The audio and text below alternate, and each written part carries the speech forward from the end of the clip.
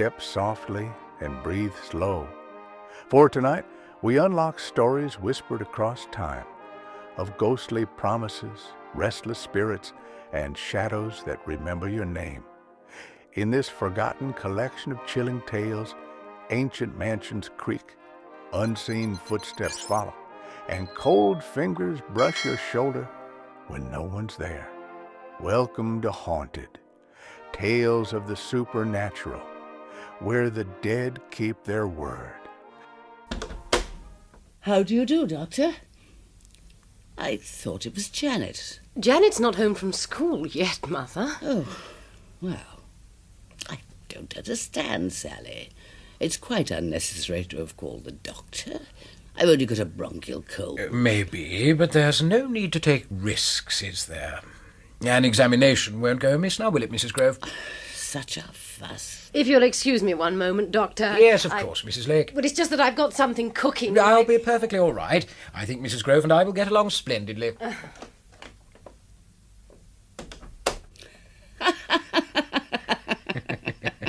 And what, may I ask, are you laughing at? Something cooking, indeed. I couldn't have put it better myself. You can stop this farce, Doctor. I know why she sent for you. You've come to see whether I'm mad or not. Oh, I can assure you, Mrs. Grove, I haven't. I've come because, by the look of things, you've got a touch of bronchitis and a worried daughter-in-law. You're new, aren't you? I took over from Dr. Martin 2 months ago. Oh, I see. Thought I hadn't seen you before. Well, she thinks I'm mad. And why does she think that? Because she hears me talking to John. Who's John? My husband. I thought you were a widow. So I am. But I still talk to my husband. Sally doesn't understand, nor does my son. They think I imagine it. When did your husband die? He left the world a year ago. At first I stayed on at the cottage. Then Herbert, he's my son by my first husband, insisted that I come and live here with him. I'd got accustomed to talking to John at the cottage, so it's difficult to remember not to now. Sally keeps catching me in the middle of a conversation with him. She looks at me as if she thinks I ought to be behind bars. You're an old fraud. You think so, do you? Yes, I do. Well, remember, it wasn't me who made you come here for nothing. Still, I like you, Doctor. You've got a sense of humour. Thank you. Which is more than you can say for some. You can come and see me whenever you like. Well, that's very kind of you. Now, I'll go and leave a prescription for some Linctus with Mrs. Lake. Good day, Mrs. Grove. Goodbye, Doctor.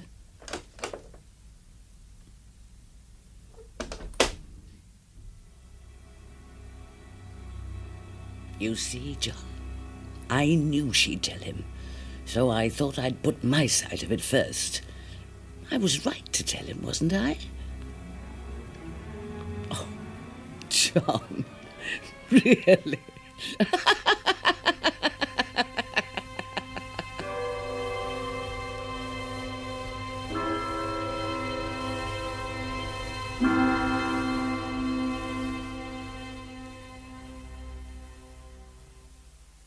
What did she tell you, Doctor? That she talks with her dead husband. Her second husband, I gather? Yes. And it's getting worse. She talks to him all the time when she's alone. Well, it's not unusual for someone recently bereaved to feel the presence of a dead spouse. Many widows, and widowers too, for that matter, have the experience. And keep it to themselves. Mrs. Grove is open about it, which isn't a bad thing, really. Oh, you don't have to live with it, Doctor. It's getting me down, I can tell you.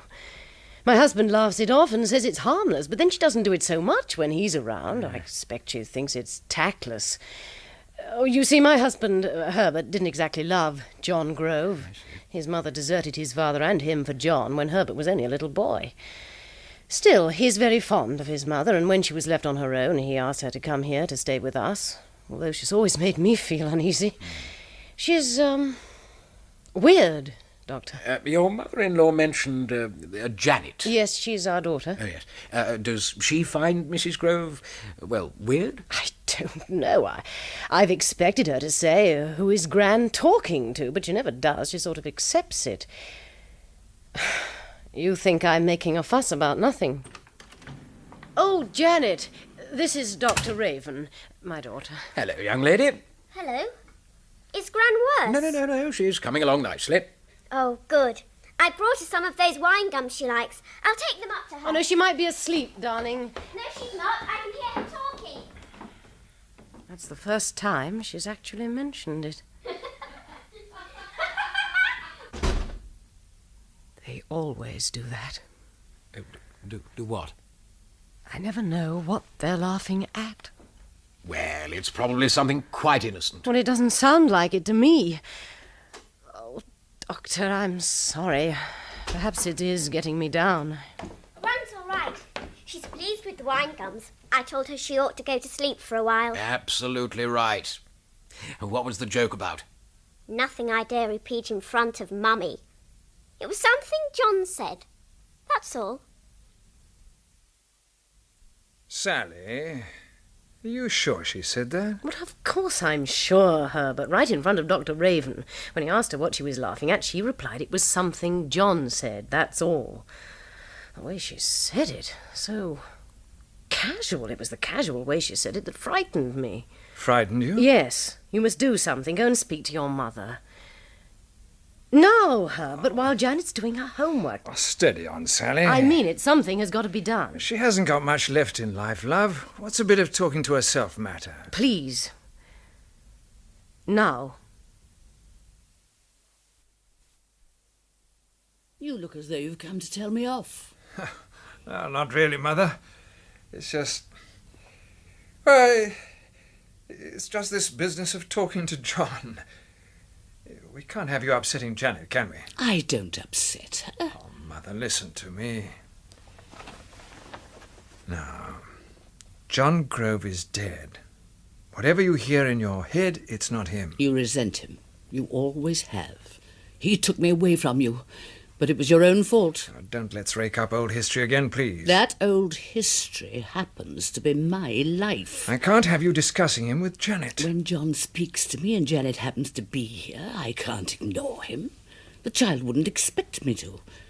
She doesn't think I'm out of my mind the way you and Sally do. Well, we don't think you're out of your mind. Yes, you do. You know in your heart of hearts that he's not there at all. He is there. John is not a fantasy. Yes, darling? Oh, sorry.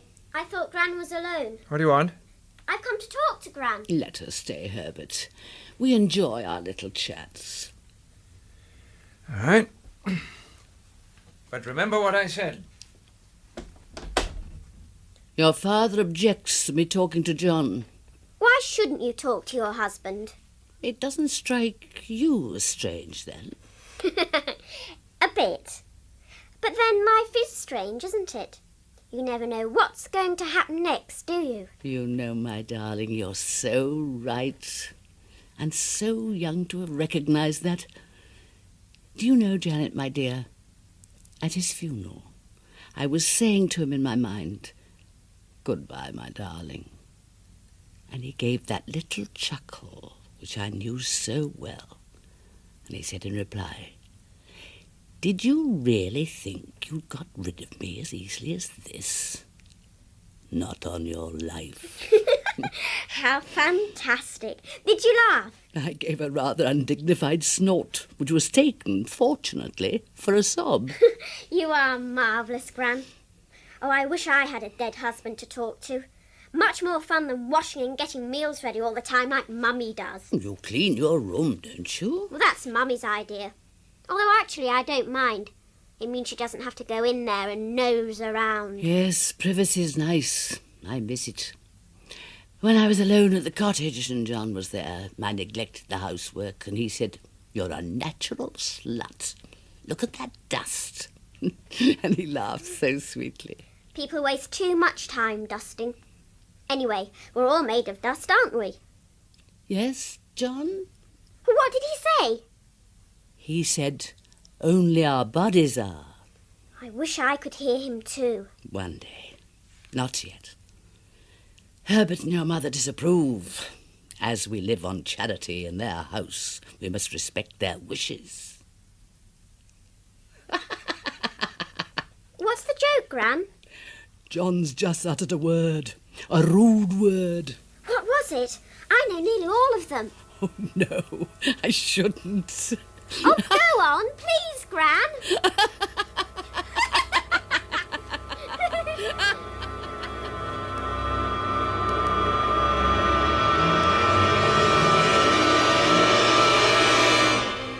Well, now, Mrs. Lake, is it you've come to see me about? Or Mrs. Grove? Mrs. Grove. I see. It was a month ago that I came to visit her, wasn't it? I need your help, Doctor. My mother-in-law is gaining too much influence over my daughter. She spends nearly every evening in her room. They laugh together. Well, isn't that a good thing, Mrs. Lake? No, it's the laughter that frightens me most of all. It's odd. It's not like normal laughter. They talk softly, like conspirators. And last night something really awful happened. Well, I'm ashamed to admit this. But... Go on, please. Well, I listened at the door of Mrs. Grove's room, and I heard her say, "Well, John, how can Janet help us?" And then she said, "Janet, open the door quickly." The door was flung open, and Janet caught me there listening. She said, "Mummy, you were listening," in a voice of horror, and I denied it and packed her off to bed. Then Mrs. Grove said, "You were listening, Sally. I know because John told me." Well, I tell you, Dr. Raven, I'd crept up those stairs without making a sound. How could she have known I was there? Oh, very easily, Mrs. Lake. A person living in a room all day gets to know every little sound the house makes, every creak, every rustle, every whisper. You don't think it is possible that John is there, do you? No, I don't. But she thinks he is, and she has a strong personality. It's affecting you as well as Janet. I think it would be a good idea if you tried and persuaded Mrs. Grove to come in and see me. You're conspiring with my daughter-in-law to have me put away, and that's the truth. Yes, nothing of the sort, Mrs. Grove. But you do realise how much you're distressing the household by insisting that John is with you? I won't lie and pretend he's not. Well, then, couldn't you keep it more to yourself? Especially where the child's concerned. You're being stupid now, Doctor. It's Janet who understands, you see. If it weren't for her, I'd have escaped this life and joined John long before now. He wants me to, you know. Now, look, Mrs. Grove, have you considered that the voice you hear isn't John at all? Don't be ridiculous, Doctor. What's so funny? Oh, it wasn't you. John just said something. It wasn't very polite, I'm afraid. I see. Look, Mrs. Grove, I'd like to fix an appointment for you at the psychiatric clinic. I suppose you're happy now. What's that? Mother's changed out of all recognition since she's been attending that psychiatric clinic. Yes, she has. She's quieter for one thing. That cackling of hers has stopped for another, and for a third she's stopped talking to John. Oh, for once the house is normal again. She's not the same woman I used to know. The spark's gone out of her. And Janet's changed too. Yes, they're not conspiring together anymore. Oh, conspiring? Really, Sally? Laughing at me behind my back. She was corrupting our daughter, and you were allowing it to You happen. don't know what you're talking about. Anyway, it hasn't stopped Janet from sitting in her bedroom with her. That's true. It hasn't. But all she does now is read to her. That's all. There's no harm in Janet reading to her. You've got them safe, my darling. Yes, Gran. John asks me to thank you for all that you're doing. Thank you, John. Shh. Careful, my little darling. Keep your voice down. She might be listening. It's difficult waiting like this. Still, it'll only be a few more hours, and then... tonight. Are you afraid, Gran? No, and you mustn't be either. You'll be safe. I'm not afraid when I'm with you, Gran. Good. Be brave, little one.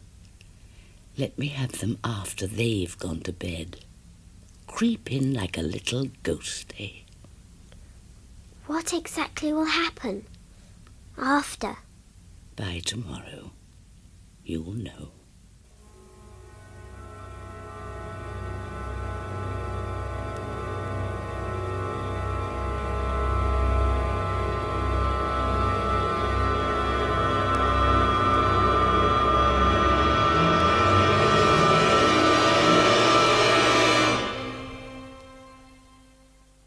Did you say heart failure? When did it happen? Just after you and Janet left this morning. Does Janet know yet? No. I thought she'd better stay at school for the day while we sorted things out. Oh, God. Poor Mother. I'm sorry I couldn't get home quicker. The office said you were out. I couldn't reach you. Yes, I had to go down the Plymston branch. Dr. Raven said something else.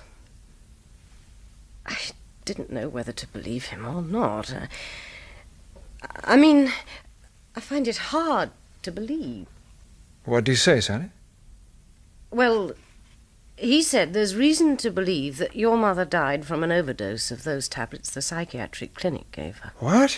I said I thought it was impossible. Of course it is. Well, I told him that I took charge of those tablets when she came home from the clinic and that only I gave them to her 3 times a day as prescribed. Well, what did he say to that? Well, he said that mental patients... Mental patients? She wasn't a mental Oh, patient. Herbert, please. Mental patients? My God. Oh, he said that mental patients were skillful at pretending to have taken tablets, yet saving them up to take in one go. That's what he said. Oh, my God. Heart failure. A broken heart's more like it. We should never have sent her to that damn clinic. All she needed to keep her happy was a harmless It ghost. wasn't harmless, as well you know. We took away her only comfort. You mean I took away her only comfort? All right, I do mean that. Am I being blamed for her death now? Oh, Sally, of course you're not. You know what I You'll meant. be saying next it was me who administered the overdose. Oh, Sally, for God's Well, sake. why not? That's what you really think, That I isn't bet. true. Yeah, I couldn't get rid of her fast enough. Is that it? Look, Sally, all I said... I know what you said. I know what's at the back of your mind. Well, if you must know, it wasn't me, it was Janet. What? Oh, my God. What do you say? I didn't want to believe it.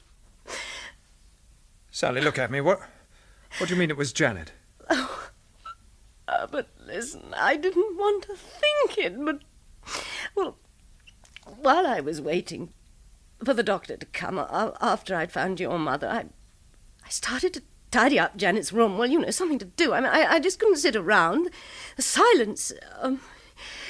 Janet's room was in a mess again, and her nightdress was on the floor. It's unusual for her. She used to be so tidy. When I put the nightdress back in her drawer, I found this. Look. A bottle? With the tablets inside, yes. And you think... I know, Herbert, I know they're your mother's tablets. But if Mother had been hoarding 3 a day since she came home, there'd be twice as many as this. We'll have to talk to Janet when she comes in. When she gets over the shock.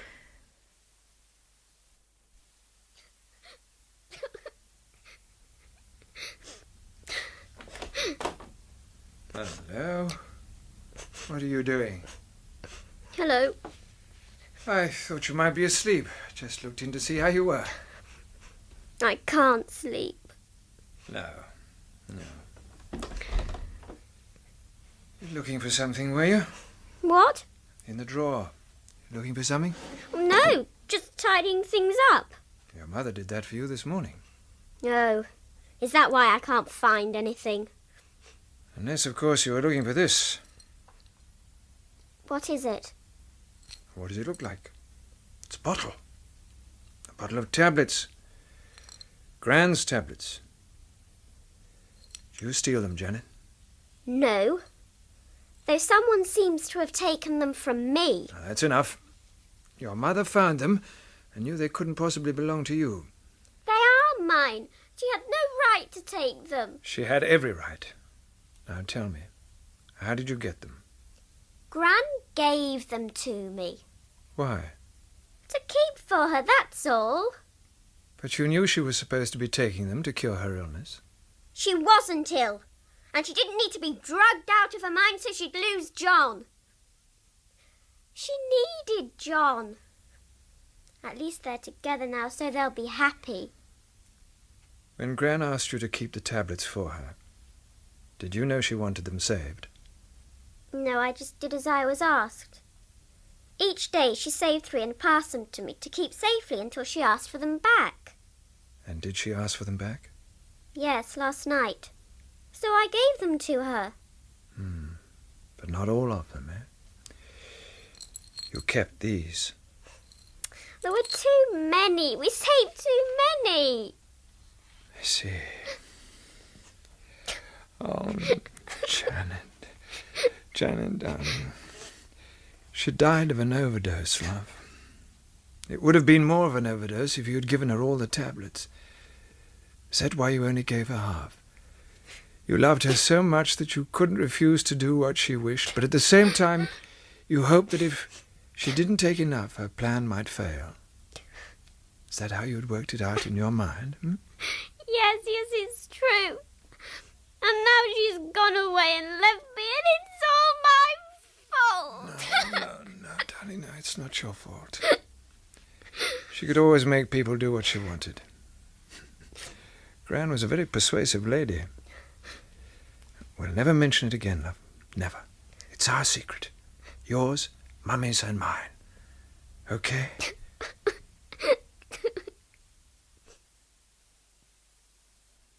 I don't want to talk about it any more, Sally. It wasn't Janet's fault. But to aid and abet someone she loved so much to commit Sally. suicide? Look, there's something I've never told you before.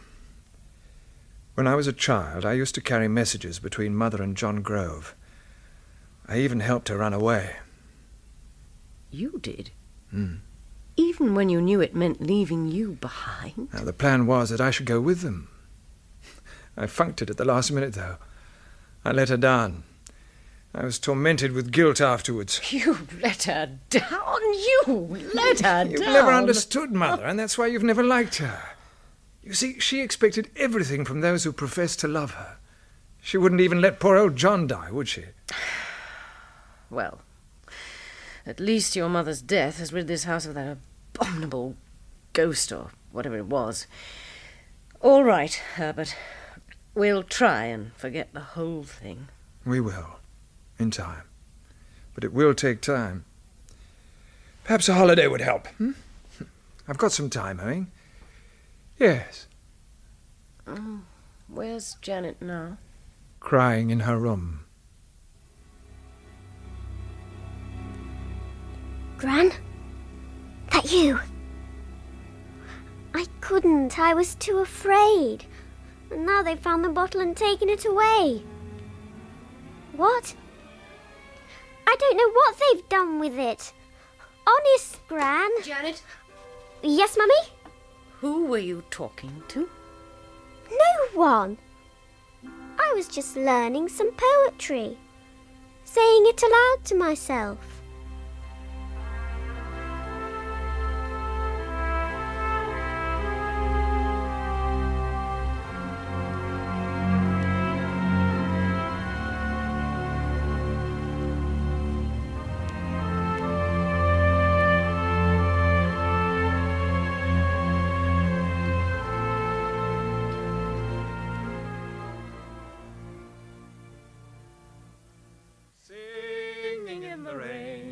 Just singing in the rain. What a wonderful feeling. I'm happy again. Oh, well, we certainly know we're back in England again. Just look at the weather. Oh, it was a lovely fortnight. It was a marvellous holiday, wasn't it, Janet? Well, you enjoyed Spain, didn't you? It was all right. You don't sound too sure. All right, then. I enjoyed myself. Oh, that was nasty. I missed the house. What? I said I missed the house. I didn't. I missed Gran. Please, you know what I said. I know what you said, but it doesn't make me feel any different. Janet, Gran's dead. Let's forget about her, John, and all the other things. Oh, I think we'll take the suitcases in when it stopped raining. Okay, nice cup of tea first, eh? Oh, good. There's the house. Look, look. All right. It's the same one we've lived in for the past 10 years. I'm so pleased to be back again. Listen. What's the matter, Janet? Can't you hear them? We better make a dash for it. Well, you must be able to hear them. What in heaven's name are you talking Oh, listen, about? damn you, listen. dare you, Janet? Sally.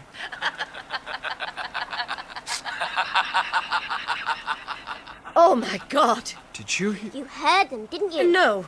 They're inside waiting for me. They've missed me as much as I've missed them. Now, listen to me, Janet. I don't want to hear any more of this nonsense. Gran! John! Here I am! I'm back! I'm back! Janet! My God, what's she doing? Janet, you haven't got a front door key! Janet! Come back! But she's gone in. We must have left the door unlocked. Oh, the door was locked. I made sure before we left. Janet!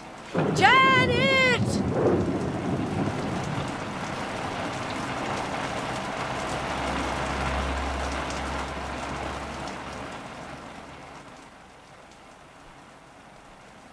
Janet? Janet! Where are you? Janet! Oh, come on now, don't be silly. Janet! Oh, my God, what are we going to do? Sally? What in God's name are we going to do? Sally. Sally, she's nowhere in this house. She's gone. I'm frightened. I'm so frightened. She can't have disappeared. Not like that.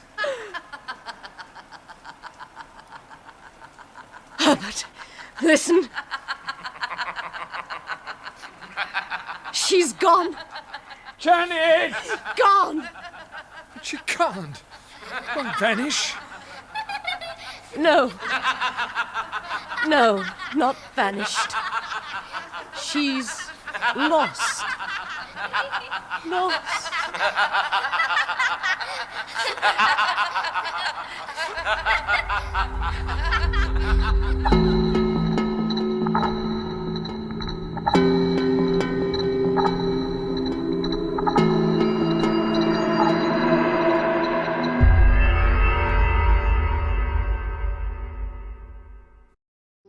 Well, folks, that's all for tonight's broadcast here on Randy's Old Time Radio Shows. Now, bringing these golden oldies back to life takes no small amount of time and effort from our good friend Randy, cleaning up the audio, converting the files, and making sure each show has the best audio possible. If you've enjoyed the program and you'd like to help keep these classics on the airwaves night after night, why not consider a small donation? Every penny goes straight to supporting Randy's work and helping this channel stay on the air. You'll find the links down in the description below. And for those of you kind souls who've already given, Randy tips his fedora to you. Your support truly keeps this old radio spirit alive. Thanks ever so much.